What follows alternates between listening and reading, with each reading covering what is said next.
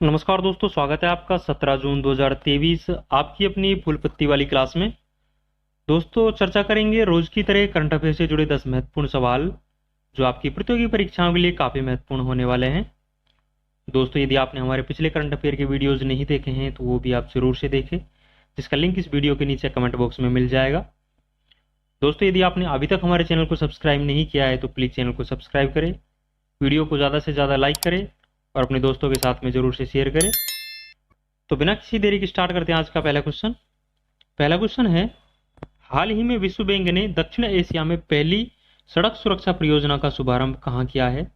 तो हाल ही में world bank के द्वारा दक्षिण एशिया में पहली सड़क सुरक्षा परियोजना का शुभारंभ किया है।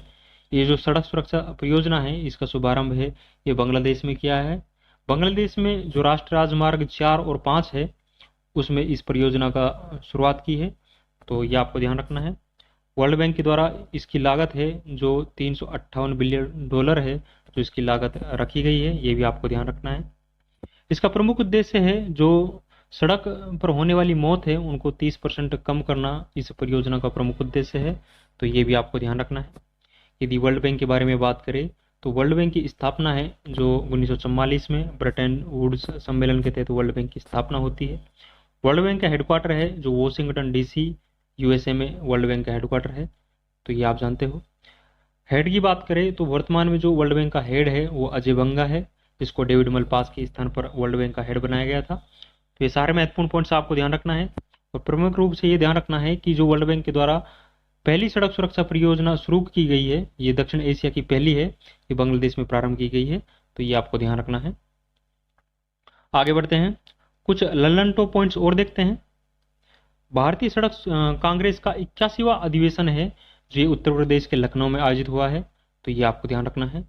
मैत्री पाइपलाइन है ये भारत और बांग्लादेश के मध्य में संचालित है, इसे डीजल की सप्लाई के लिए इस पाइपलाइन को संचालित किया गया था।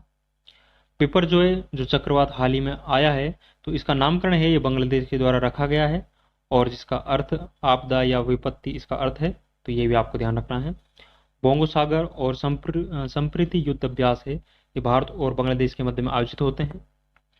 बंधन एक्सप्रेस, मिताली एक्सप्रेस या मैत्री एक्सप्रेस, ये तीनों ही जो ट्रेन है ये भारत और बांग्लादेश के मध्य में संचालित होती है, तो ये सारे पॉइंट्स आपको ध्यान रखने हैं। आपकी परीक्षाओं की दृष्टि से ये जितने भी लंदन टॉप पॉइंट्स हम कराएंगे वो काफ़ी महत्वपूर्ण है, तो ये आपको बहुत बारीकी से देखने हैं।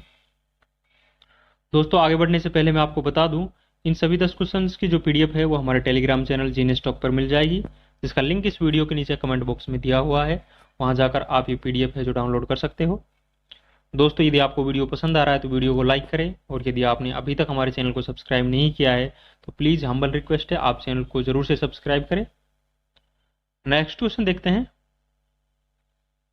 हाल ही में रॉयटर्स इंस्टीट्यूट की डिजिटल न्यूज रिपोर्ट 2023 के अनुसार भारत का सबसे अधिक विश्वसनीय मीडिया संगठन कौन सा है? तो हाल ही में रॉयटर्स इंस्टीट्यूट के द्वारा डिजिटल न्यूज रिपोर्ट 2023 है ये प्रकाशित की गई है। इसमें जो भारत का सबसे अधिक विश्वसनीय मीडिया संगठन है वो जो कि पहले स्थान पर है जो DD इंडिया है, मतलब दूरदर्शन जो इंडिया है, वो 70% लोग मानते हैं कि ये है जो विश्वसनीय है और 70% लोग हैं जो इस पर भरोसा करते हैं। जबकि सेकंड स्थान पर है जो ऑल इंडिया रेडियो है जो सेकंड स्थान पर है, ये भी आपको ध्यान रखना है। यदि बात करें विश्व में तो विश्व में प्रथम स्थान है वो फिनलैंड देश का है, जिसमें जो सोशल मीडिया है मतलब जो मीडिया संगठन है उस पर भरोसा करते हैं, तो फिनलैंड है जो पहले स्थान पर है। इसमें 69% लोग है जो फिनलैंड के इस पर भरोसा करते हैं। भारत के बारे में बात करें तो भारत के जो 38% लोग हैं वो ही मीडिया संगठन पर भरोसा करते हैं। इस रिपोर्ट में अंतिम स्थान है ये ग्रीस देश का रहा है। ग्रीस के जो 19% लोग हैं मतलब 19% लोग हैं जो कि मीडिया संगठन पर भरोसा करते हैं, तो ये भी आपको ध्यान रखना है। और यदि इस रिपोर्ट में ये भी बताया गया है कि न्यूज़ पढ़ने के जो सोर्स है तो 56% जो लोग हैं वो यूट्यूब का इस्तेमाल करते हैं न्यूज़ पढ़ने के लिए, तो ये भी आपको ध्यान रखना है। कुछ लल्लन टॉप बातें और ध्यान रखेंगे। हाल ही में जो विश्व प्रेस स्वतंत्रता सूचकांक जारी किया गया है उसमें भारत की रैंक है जो 161वीं है।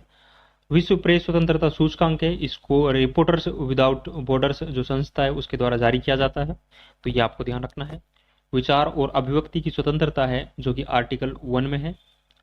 पुलित्जर पुरस्कार है, ये पत्रकारिता का पुरस्कार है और पत्रकारिता के क्षेत्र का सबसे बड़ा पुरस्कार है, और इसे हाल ही में जो न्यूयॉर्क टाइम्स है इसको प्रदान किया गया था, ये भी आपको ध्यान रखना है। भारत में जो समाचार पत्रों का मुक्तिदाता है इसे चार्ल्स मैडकोप को कहा जाता है, तो ये भी आपको ध्यान रखना है। आगे बढ़ते हैं, नेक्स्ट क्वेश्चन देखेंगे। भारत किस देश में आयोजित NC international animation festival AIFF में पहली बार भाग ले रहा है? तो भारत है जो कि एनसी इंटरनेशनल एनिमेशन फेस्टिवल में भाग ले रहा है। इसका आयोजन है ये फ्रांस में हो रहा है। इसके आयोजन की शुरुआत है जो 1960 से हो रही है, मतलब 1960 से ये लगातार है जो इसका आयोजन हो रहा है, लेकिन भारत है जो इसमें पहली बार भाग ले रहा है, तो ये आपको ध्यान रखना है। जो भारतीय पवेलियन है उसकी थीम है जो सरस्वती यंत्र है, जो भारतीय पवेलियन की थीम रखी गई है, तो ये भी आपको ध्यान रखना है। भारत है जो एनिमेशन, विजुअल इफेक्ट, गेमिंग और कॉमिक्स में इन्वेस्टमेंट बढ़ाने के लिए इस जो फेस्टिवल है इसमें भाग ले रहा है, तो आपको ये भी ध्यान रखना है। कुछ ललन टॉप बातें और ध्यान रखेंगे। फ्रेंजेक्स अभ्यास है जो कि पहला अभ्यास है, फ्रेंजेक्स फर्स्ट है, जो भारत और फ्रांस के मध्य में आयोजित होता है, ये आपको ध्यान रखना है। गरुड़ गरुड़ शक्ति और वर्ण है, ये भारत और फ्रांस के मध्य में आयोजित होने वाले युद्ध अभ्यास है, ये भी आपको ध्यान रखना है।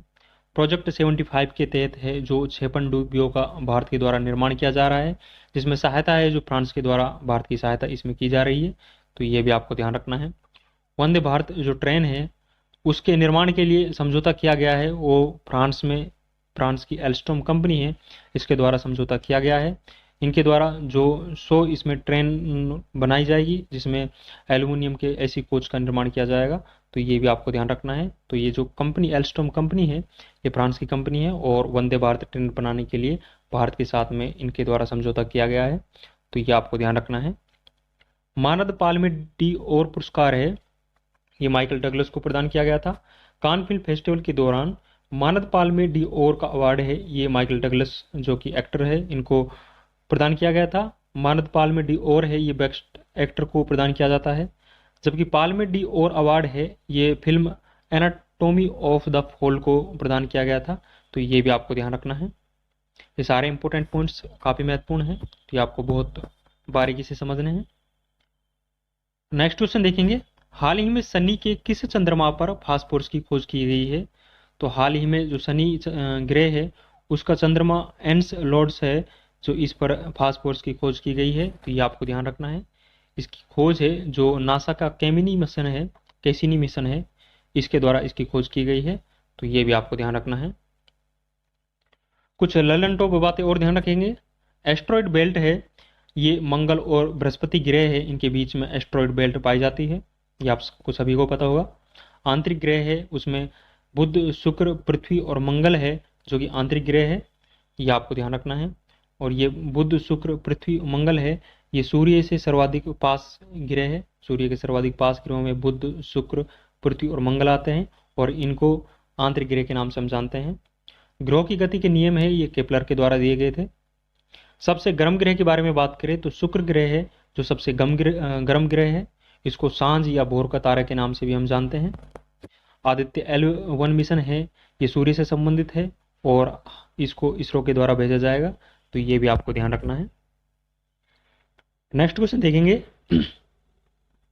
हाल ही में वर्ष 2023 जेंडर सोशल नॉर्म्स इंडेक्स मतलब GSNI किसने जारी किया है? तो हाल ही में जेंडर सोशल नॉर्म्स इंडेक्स है इसको UNDP के द्वारा जारी किया गया है, तो ये आपको ध्यान रखना है। इसमें जो लैंगिक असमानता का कारण बताया है वो समाज का पक्षतापूर्ण भेदभाव है, मतलब पक्षतापूर्ण सामाजिक भेदभाव को लैंगिक असमानता का इसमें प्रमुख कारण बताया गया है, तो ये आपको ध्यान रखना है। उसमें 10 में से 9 लोग हैं जो महिलाओं के लिए अभी भी पूर्व ग्रह रखते हैं, तो ये भी इस रिपोर्ट में बताया गया है। कुछ ललन टॉप बातें और ध्यान रखेंगे जो कि कुछ महत्वपूर्ण इंडेक्स है। हाल ही में जारी जो वर्ल्ड हैप्पीनेस इंडेक्स है उसमें भारत की रैंक है जो 126वीं है। ह्यूमन डेवलपमेंट इंडेक्स है मतलब HDI में भारत की रैंक है जो 132वीं है, इसको भी UNDP के द्वारा जारी किया जाता है। वर्ल्ड लॉजिस्टिक परफॉर्मेंस इंडेक्स में भारत की रैंक है जो 38वीं है, ये है जो वर्ल्ड बैंक के द्वारा जारी किया जाता है, ये भी आपको ध्यान रखना है। प्रेस फ्रीडम इंडेक्स में भारत की रैंक है जो 161वीं है और रिपोर्टर्स विदाउट बॉर्डर जो संस्था है उसके द्वारा इसमें को जारी किया जाता है। हंगर इंडेक्स में भारत की रैंक है जो 107वीं है, जबकि ग्लोबल जेंडर गैप इंडेक्स में भारत की रैंक है जो 135वीं है। और हाल ही में जारी यूनिकॉर्न इंडेक्स के बारे में बात करें तो उसमें भारत की रैंक है जो तीसरी है, तो ये भी आपको ध्यान रखना है। नेक्स्ट क्वेश्चन देखेंगे, हाल ही में वैश्विक पवन दिवस के अवसर पर सर्वाधिक पवन क्षमता वृद्धि प्राप्त करने के लिए किसे सम्मानित किया गया है? तो हाल ही में वैश्विक पवन दिवस के अवसर पर सर्वाधिक जो पवन क्षमता में वृद्धि प्राप्त करने वाला राज्य है वो राजस्थान है। तो राजस्थान प्रथम राज्य है जो कि पवन ऊर्जा क्षमता में वृद्धि करने वाला है, तो ये आपको ध्यान रखना है। यदि पवन ऊर्जा से बिजली उत्पादन में प्रथम स्थान के बारे में बात करें तो भारत में जो पवन ऊर्जा से बिजली उत्पादन में प्रथम स्थान पर है वो गुजरात है, तो ये आपको ध्यान रखना है। और राजस्थान का स्थान है जो कि पवन क्षमता में वृद्धि प्राप्त करने वाले राज्यों में प्रथम स्थान है, तो ये आपको ध्यान रखना है। और 15 जून को विश्व पवन दिवस है ये मनाया गया है, जिसकी थीम है जो पवन ऊर्जा power of the future of India है जो इसकी थीम रही है, तो ये आपको ध्यान रखना है। विश्व में पवन ऊर्जा में भारत का स्थान है जो चौथा है। भारत के द्वारा दो महत्वपूर्ण टारगेट भी रखे गए हैं, जिसमें एक टारगेट है जो भारत को 2030 तक 500 गीगावाट है जो नवीकरण ऊर्जा करना, इसका प्रमुख उद्देश्य है। पहला उद्देश्य तो ये है, जबकि दूसरा उद्देश्य है भारत को 2047 तक नेट जीरो कार्बन उत्सर्जन है जो 2047 तक इसका रखा गया है, तो ये भी आपको ध्यान रखना है। कुछ ललन टॉप बातें और ध्यान रखेंगे, ऊन उत्पादन में प्रथम स्थान है जो कि राजस्थान का है। और सीएम चिरंजीवी योजना है जो कि मुख्यमंत्री चिरंजीवी योजना है, यह राजस्थान राज्य के द्वारा प्रारंभ की गई है। इसमें जो स्वास्थ्य बीमा राशि है जो पहले 10 लाख रुपए थी, इसको बढ़ाकर अब 25 लाख रुपए कर दिया गया है, ये आपको ध्यान रखना है। भारत का पहला सौर ऊर्जा संचालित गांव है वो मोढेरा गांव है जो कि गुजरात में है, ये भी आपको ध्यान रखना है। नेक्स्ट क्वेश्चन देखेंगे, हाल ही में भारतीय भूवैज्ञानिक सर्वेक्षण ने देश के सबसे बड़े प्राकृतिक मेहराब की खोज कहाँ की है? तो हाल ही में भारतीय भूवैज्ञानिक सर्वेक्षण ने मतलब जीएसआई के द्वारा खोज की गई है जो कि भारत के सबसे बड़े मेहराब की खोज की गई है। वो ओडिशा के जो सुंदरगढ़ जिले है, सुंदरगढ़ जिले में चेंगा पहाड़ी है, इस पर चेंगा पहाड़ी पर सबसे बड़े प्राकृतिक मेहराब की खोज की गई है, तो ये आपको ध्यान रखना है। कोयला की खोज के दौरान है इस प्राकृतिक मेहराब की खोज की गई है, जिसकी लंबाई है जो 30 मीटर है जबकि ऊंचाई इसकी 12 मीटर है। ये भारत का सबसे बड़ा प्राकृतिक मेहराब है, ये भी आपको ध्यान रखना है। तो ये ओडिशा के सुंदरगढ़ जिले की चेंगा पहाड़ी पर इसको खोजा गया है। और हाल ही में भारतीय भूवैज्ञानिक सर्वेक्षण का जो हेड है वो बनाया गया है, वो जनार्दन प्रसाद को हाल ही में भारतीय भूवैज्ञानिक सर्वेक्षण का हेड बनाया गया है, तो ये भी आपको ध्यान रखना है। कुछ ललन टॉप पे बातें और ध्यान रखेंगे, 15वां हॉकी वर्ल्ड कप है ये राउरकेला स्थित बिरसा मुंडा स्टेडियम है उसमें खेला गया है जो कि ओडिशा में स्थित है। इसका विजेता टीम है जो जर्मनी रहा है, जबकि उपविजेता है जो इसमें बेल्जियम रहा है, ये आपको ध्यान रखना है। भीतरकनिका राष्ट्रीय उद्यान है ये ओडिशा में स्थित है। भारत की पहली रामसर साइट है जो चिल्का झील थी जो कि ओडिशा में स्थित है। रज पर्व, नुआखाई और धानु यात्रा जो त्यौहार है ये ओडिशा में सेलिब्रेट किए जाते हैं, तो ये भी आपको ध्यान रखना है। नेक्स्ट क्वेश्चन देखेंगे, हाल ही में किस संस्थान ने मोबाइल स्मार्ट वायु प्रदूषण मॉनिटरिंग सिस्टम प्रोजेक्ट काटरू का विकास किया है? तो हाल ही में जो प्रोजेक्ट काटरू है इसका विकास है यह आईआईटी मद्रास के द्वारा इसका विकास किया गया है। और मोबाइल स्मार्ट वायु प्रदूषण मॉनिटरिंग सिस्टम है ये आपको ध्यान रखना है। काटरू का अर्थ है जो हवा होता है, तमिल भाषा में इसका हवा है, मतलब जो काटरू का अर्थ है वो तमिल भाषा में हवा है, ये भी आपको ध्यान रखना है। कुछ ललन टॉप बात और ध्यान रखेंगे, परम कामरूप है इस जो कि एक सुपर कंप्यूटर है, इसका जो विकास है आईआईटी गुवाहाटी में किया गया है, मतलब परम कामरूप है जो सुपर कंप्यूटर है और इसको आईआईटी गुवाहाटी में स्थापित किया गया है। परम गंगा है इसको आईआईटी रुड़की में स्थापित किया गया है, ये आपको ध्यान रखना है। NIRF में समग्र श्रेणी में जो शीर्ष स्थान है वो आईआईटी मद्रास का रहा है, तो ये भी आपको ध्यान रखना है।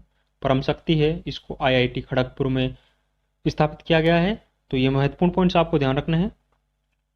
नेक्स्ट क्वेश्चन देखेंगे, हाल ही में केंद्रीय मंत्री धर्मेंद्र प्रधान ने किस अफ्रीकी देश में नई दिल्ली से पहली कृषि सेच परियोजना को प्रारंभ किया है? तो केंद्रीय मंत्री धर्मेंद्र प्रधान जो कि शिक्षा मंत्री है, इसके द्वारा अफ्रीकी देश है जो गैबोन, इसमें जो पहली कृषि सेच परियोजना है इसको प्रारंभ किया गया है और नई दिल्ली से इसको प्रारंभ किया गया है, तो ये आपको ध्यान रखना है। इस परियोजना का प्रमुख उद्देश्य है जो निवेश, निर्यात और उत्पादन को बढ़ावा देना इस परियोजना का प्रमुख उद्देश्य है, तो ये भी आपको ध्यान रखना है। कुछ लल्लन टॉप बातें और ध्यान रखेंगे। सूरीनाम का सर्वोच्च सम्मान है जो कि द येलो स्टार है, ये भारतीय राष्ट्रपति द्रौपदी मुर्मू को प्रदान किया गया था हाल ही में, ये भी आपको ध्यान रखना है। पापुआ न्यू गिनी का सर्वोच्च सम्मान है जो भारतीय प्रधानमंत्री नरेंद्र मोदी को प्रदान किया गया था। फिजी और पलाऊ देश का सर्वोच्च नागरिक सम्मान है जो प्रधानमंत्री नरेंद्र मोदी को हाल ही में प्रदान किया गया था, तो ये भी आपको ध्यान रखना है। गणतंत्र दिवस 2023 पर जो मुख्य अतिथि थे वो अब्दुल फतेह सीसी थे जो कि मिस्र के राष्ट्रपति है, तो ये भी आपको ध्यान रखना है। आगे बढ़ते हैं दोस्तों, आज का अंतिम क्वेश्चन देखेंगे। हाल ही में भारत ने अंडर 17 एशियाई कुश्ती चैंपियनशिप में महिला वर्ग में कितने स्वर्ण पदक है जो भारत के द्वारा जीते गए हैं?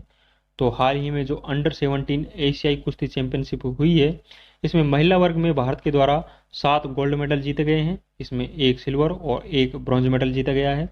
टोटल 9 पदक है जो भारत के द्वारा जीते गए हैं और अंडर 17 जो एशियाई कुश्ती चैंपियनशिप है इस पदक तालिका में जो भारतीय महिला हैं ये शीर्ष स्थान पर रही है, तो ये आपको ध्यान रखना है।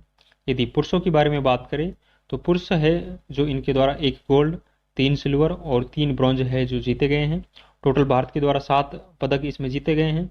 भारत का स्थान है जो पदक तालिका में दूसरा रहा है, जबकि पहला स्थान है जो ईरान देश का रहा है, तो ये भी आपको ध्यान रखना है। इसका आयोजन है जो बिश्केक किर्गिस्तान में अंडर 17 एशियाई कुश्ती चैंपियनशिप का आयोजन बिश्केक किर्गिस्तान में हुआ है, तो ये भी आपको ध्यान रखना है। कुछ लल्लन टॉप बातें और ध्यान रखेंगे। महिला बॉक्सिंग चैंपियनशिप है, इसका हाल ही में आयोजन है जो भारत में हुआ है और भारत के द्वारा इसमें टोटल 4 गोल्ड है जो जीते गए हैं। इसका जो ब्रांड एम्बेसडर है जो MC मैरी कॉम और फरहान अख्तर है जो महिला बॉक्सिंग चैंपियनशिप का ब्रांड एम्बेसडर थे, ये भी आपको ध्यान रखना है।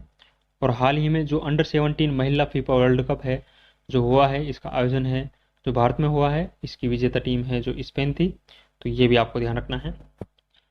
IPL 2023 की विजेता टीम है जो CSK रहा है, जबकि उपविजेता के बारे में बात करें तो उपविजेता है जो इसमें गुजरात टाइटंस रहा है। CSK के द्वारा 5वीं बार है जो IPL का खिताब है जो जीता गया है। IPL 2023 का जो ऑरेंज कैप का विजेता है वो शुभमन गिल है, शुभमन गिल के द्वारा 890 रन बनाए गए हैं, जबकि जो पर्पल कैप है वो मोहम्मद शमी के द्वारा जीती गई है। मोहम्मद शमी है जो पर्पल कैप विजेता है, ये भी आपको ध्यान रखना है। और IPL 2023 का सबसे महंगे खिलाड़ी के बारे में बात करें तो सैम करन है जो सबसे महंगा खिलाड़ी है जिसको पंजाब किंग्स के द्वारा खरीदा गया था, ये आपको ध्यान रखना है। और IPL और जो वुमेन IPL हुआ है इन दोनों का स्पॉन्सर है जो टाटा रहा है, ये पॉइंट्स भी आपको ध्यान रखना है। और हाल ही में जो ऑस्ट्रेलिया ओपन 2023 हुआ है इसमें मेल कैटेगरी में नोवाक जोकोविच के द्वारा जीता गया है, जबकि फीमेल कैटेगरी है जो उसमें आयरन सबालेंका के द्वारा ऑस्ट्रेलिया ओपन को जीता गया है। और हाल ही में आयोजित जो फ्रेंच ओपन हुआ है उसमें जो पुरुष वर्ग है उसमें नोवाक जोकोविच के द्वारा जीता गया है, जबकि महिला वर्ग में जो ईगा स्वीटेक है उनके द्वारा जो फ्रेंच ओपन है वो जीता गया है, तो ये महत्वपूर्ण पॉइंट्स आपको ध्यान रखने हैं। दोस्तों ये 10 इंपॉर्टेंट क्वेश्चन हमने डिस्कस किए हैं जो कि आपकी परीक्षाओं की दृष्टि से काफ़ी इंपॉर्टेंट है। दोस्तों इन सभी 10 क्वेश्चन की जो PDF है वो हमारे टेलीग्राम चैनल जीनेस टॉक पर मिल जाएगी, जिसका लिंक इस वीडियो के नीचे कमेंट बॉक्स में दिया हुआ है, वहां जाकर आप ये PDF है जो डाउनलोड कर सकते हो। दोस्तों ये आपको वीडियो पसंद आया था तो वीडियो को लाइक करें, और यदि आपने अभी तक हमारे चैनल को सब्सक्राइब नहीं किया है तो प्लीज़ चैनल को सब्सक्राइब करें और ज़्यादा से ज़्यादा अपने दोस्तों के साथ में शेयर करें। तो कैसा लगा आपको वीडियो कमेंट बॉक्स में अपनी राय ज़रूर देवें। यदि आप इस वीडियो से संबंधित कोई सुझाव देना चाहते हैं तो वो भी आप ज़रूर से देवें। आप सभी का सुझाव आमंत्रित है। तो मिलते हैं नेक्स्ट वीडियो में। Thank you. जय हिंद।